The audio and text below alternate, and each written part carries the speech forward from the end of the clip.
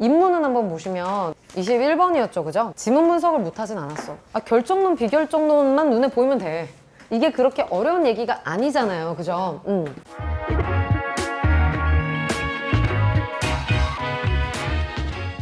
기본적으로 우리가 입문 패턴에서 만약에 비판에서 출제가 되는 것은 비판 문제가 나올 때는 어떤 식으로 나오냐면 앞에 얘기들이 쭉 나오다가 알아서 개념을 막 얘기를 해요. 그러다가 알아서 한계를 얘기를 해요. 걔가 비판이야. 그치? 자기 혼자 얘기할 때도 있고 아니면 상대방이 얘기할 줄 때도 있는데 본문에서 이미 나왔던 거 그냥 재진술인 경우가 대부분이에요.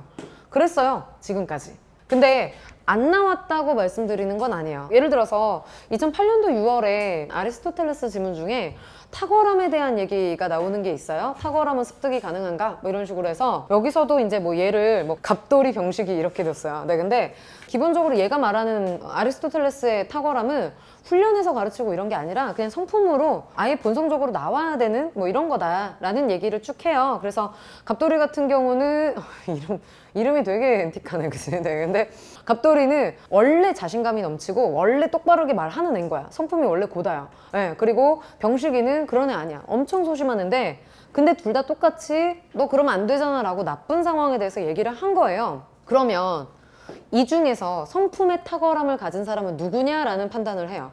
누굽니까? 아리스토텔레스에 따르면 누구겠어? 갑돌이야. 왜냐하면 이라고 하고 거기가 괄호가 돼 있어요. 이유를, 그 문제를 그렇게 냈었어. 내신도 아니고.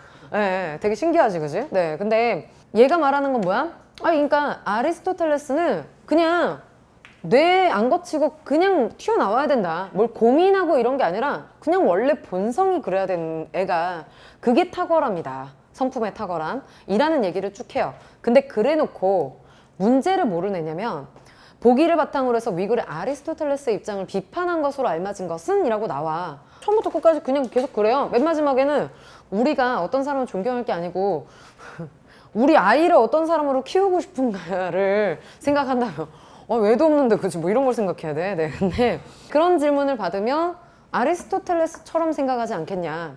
어쨌건 결론은 정의로운 일을 했지만 고민 없이 하는 애로 키우고 싶지 않냐 뭐 이런 얘기야. 지 생각이죠 이거는. 그치? 네. 근데 수능에서 이렇게 나왔던 적도 있어요. 이게 원래 리트에서 이렇게 나와요.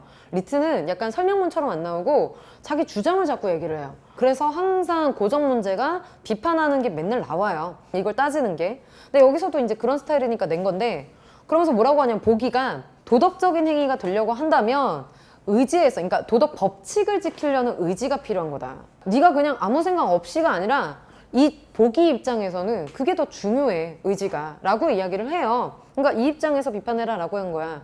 그래서 답이 뭐였냐면 탁월한 성품에서 비롯된 행위는 행위자의 성향에 의해서 결정된 것이지 도덕 법칙을 지키려는 의지에 의해서 결정된 행위가 아니므로 도덕적인 행위라 볼 수 없다. 그냥 틀렸다요. 그냥 본문에 네 말은 보기 입장으로 봤을 때 틀린 얘기야 라는 얘기죠. 얘의 한계나 이런 것들 본문에서 나왔던 게 아니고 그냥 보기 내 의견으로 봤을 때 틀려. 말이 안 되잖아. 그게 말이 되냐? 라고 얘기한 거야. 의지가 있어야지. 아니 본성이 말이 돼. 근데 얘는 본성만 얘기했어. 근데 그 말이 틀렸어 라고 이야기를 한 거잖아요.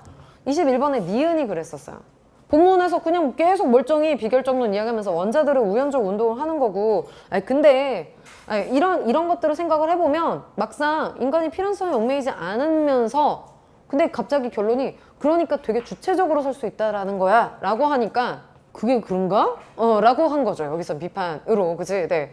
그게 왜 주체적이냐? 되게 우연적이라면서 어디가 네 의지가 있고 어디가 주체적이야? 라고 네 말이 틀렸어 라고 간 건데 그러니까 학생들 입장에 약간 소름 돋는 게 점점 생각을 해서 그러면 내가 평가원이 말한 걸 안 믿고 따져봐야 되나 이제. 근데 그래야 될 수도 있나 봐요. 그리고 안 나왔던 패턴은 아니고 여러분들한테 잘잘못을 가려라 까진 아니지만 이런 반박, 시도도 비판으로 들어갈 수 있다라는 범주는 알아두셔야 된다는 거죠. 리트는 되게 많아요.